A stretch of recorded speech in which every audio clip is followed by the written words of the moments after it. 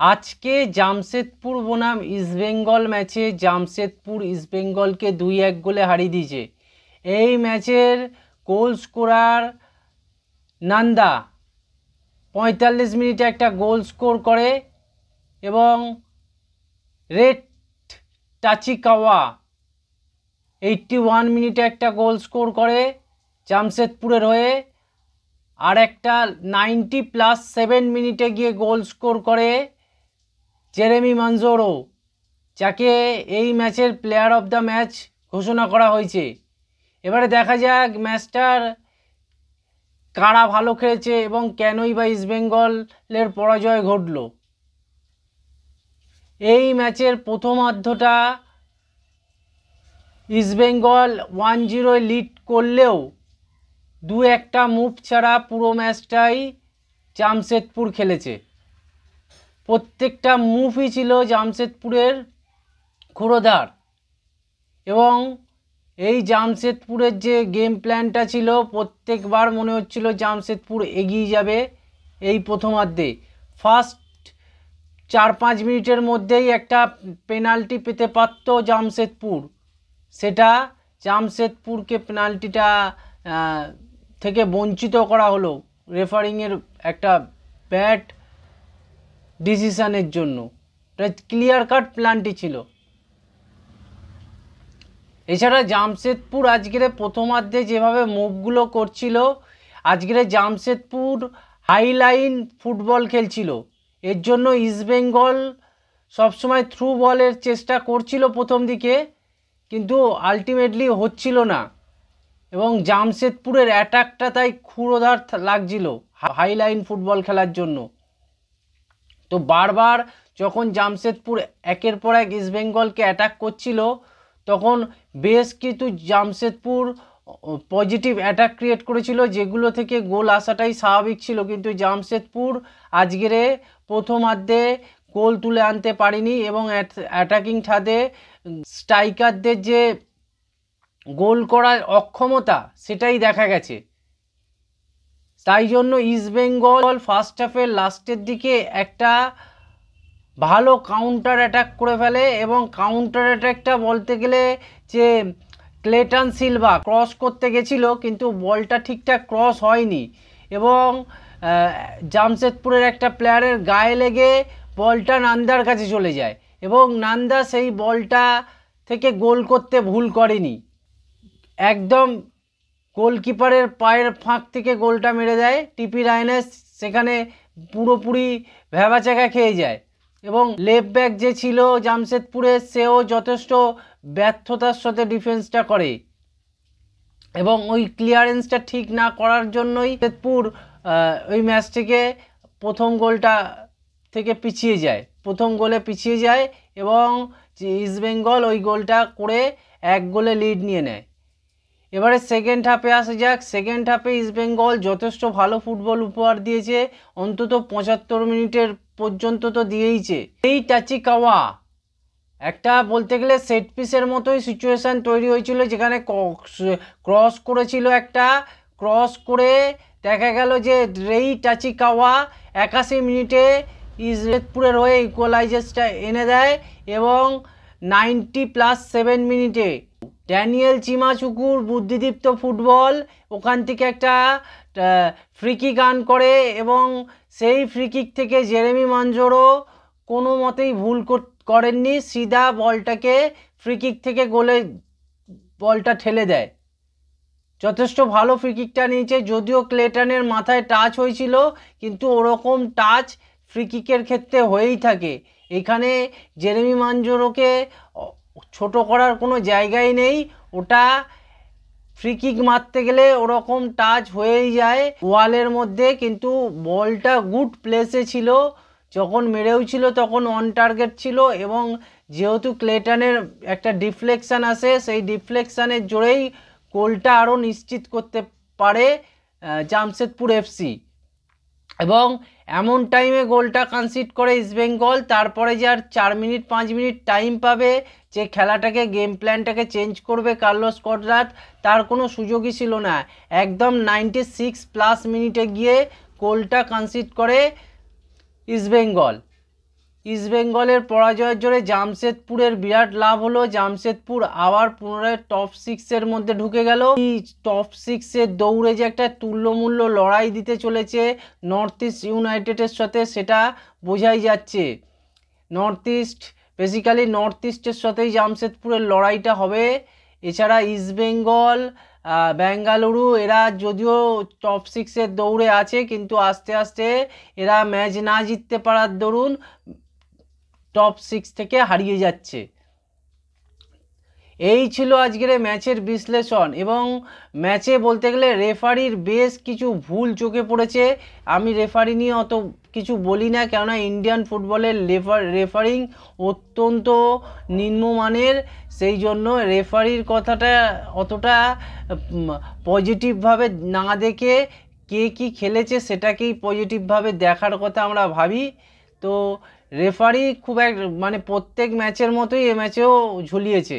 Referee যদি ঠিকঠাক করতো তাহলে গেমটা আরও অন্যরকম হতো এবং প্লেয়াররা আরও বেশি অ্যাক্টিভভাবে ফুটবল খেলতে পারতো। আগামী দিনে দেখা যাক কি হয়, কিন্তু আজকের ম্যাচটা একদমই রেফারির পক্ষে ভালো দিন ছিল না। এই ম্যাচের টপ 5 প্লেয়ার কারা কারা হয়েছে, সবার আগে নাম রাখতে হবে জেরেমি মানজোরো। জেরেমি মানজোরো আজকের মিডফিল্ডে যথেষ্ট ভালো ফুটবল খেলেছে, যথেষ্ট ভালো পাসিং ছিল এবং জেরেমি মানজোরোর পাস থেকেই প্রচুর সুযোগ ক্রিয়েট হয়েছিল ফার্স্ট হাফে, এবং সেকেন্ড হাফে জেরেমি মানজোরো চেষ্টা করেছে, কিন্তু ইস্টবেঙ্গল খুবই ভালো ফুটবল খেলার দরুন জেরেমি মানজোরোর পারফরমেন্সটা অতটা দেখা যায়নি।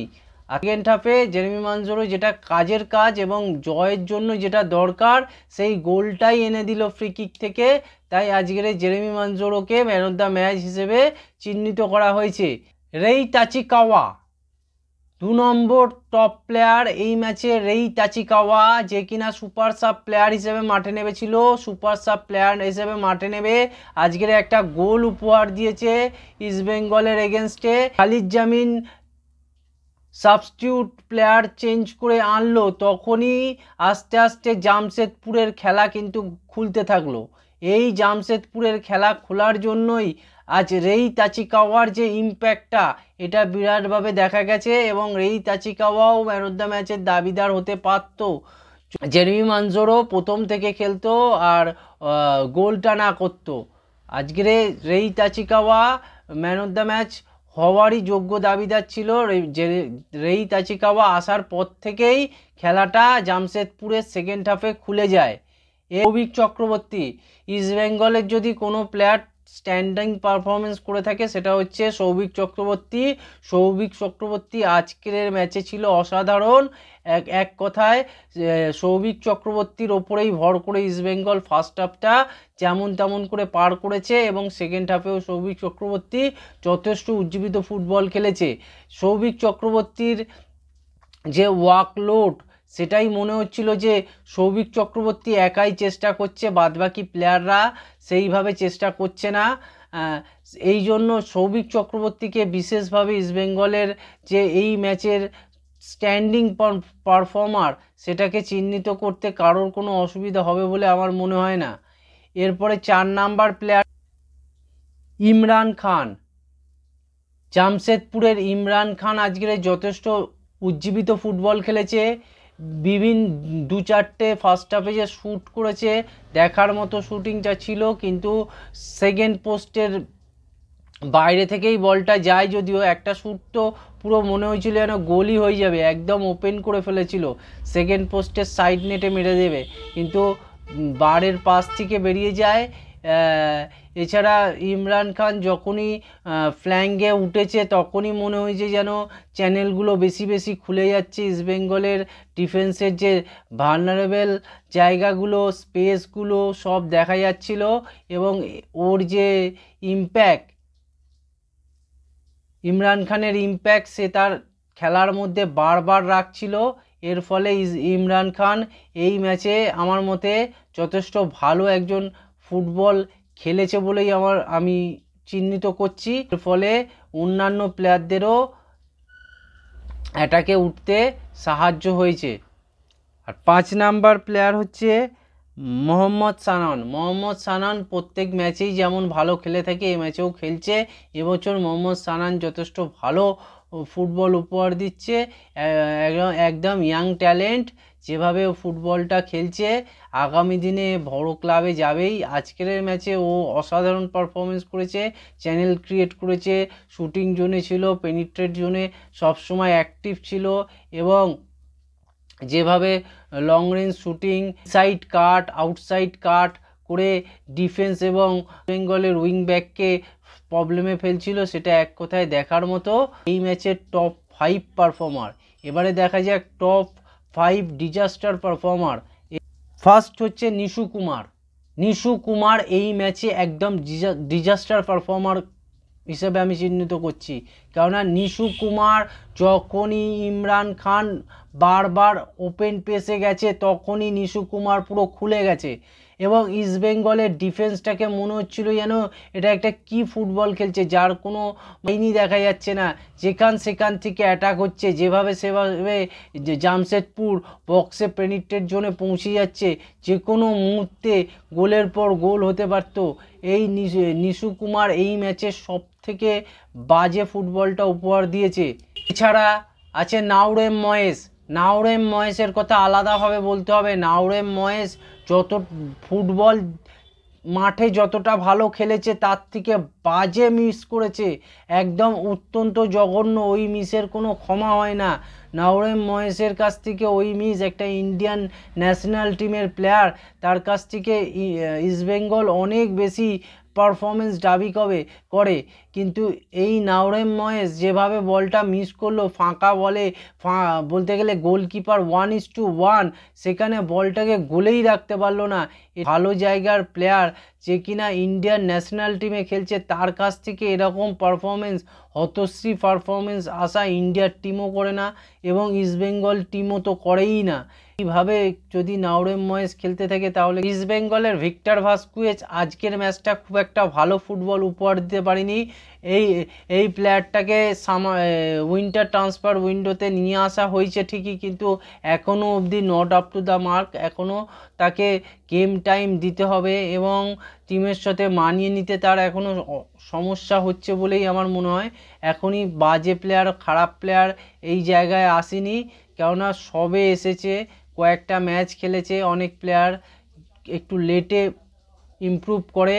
আমার মনে হয় যে আর কিছু ম্যাচ দিয়ে তারপরে এই প্লেয়ারটা সম্পর্কে বিশ্লেষণ করা ভালো। তবে আজকের ম্যাচের নিরিখে ভিক্টর ভাস্কুয়েজ খুব একটা ভালো ফুটবল খেলেনি, তাই আমি একে disaster performer of the match হিসেবে চিহ্নিত করব ইস্টবেঙ্গলের। এই ছিল আজকের ম্যাচের সম্পর্কিত আলোচনা। আপনারা চ্যানেলটাকে সাবস্ক্রাইব করুন, ভিডিওটাকে লাইক করুন এবং ভিডিওটাকে শেয়ার করুন।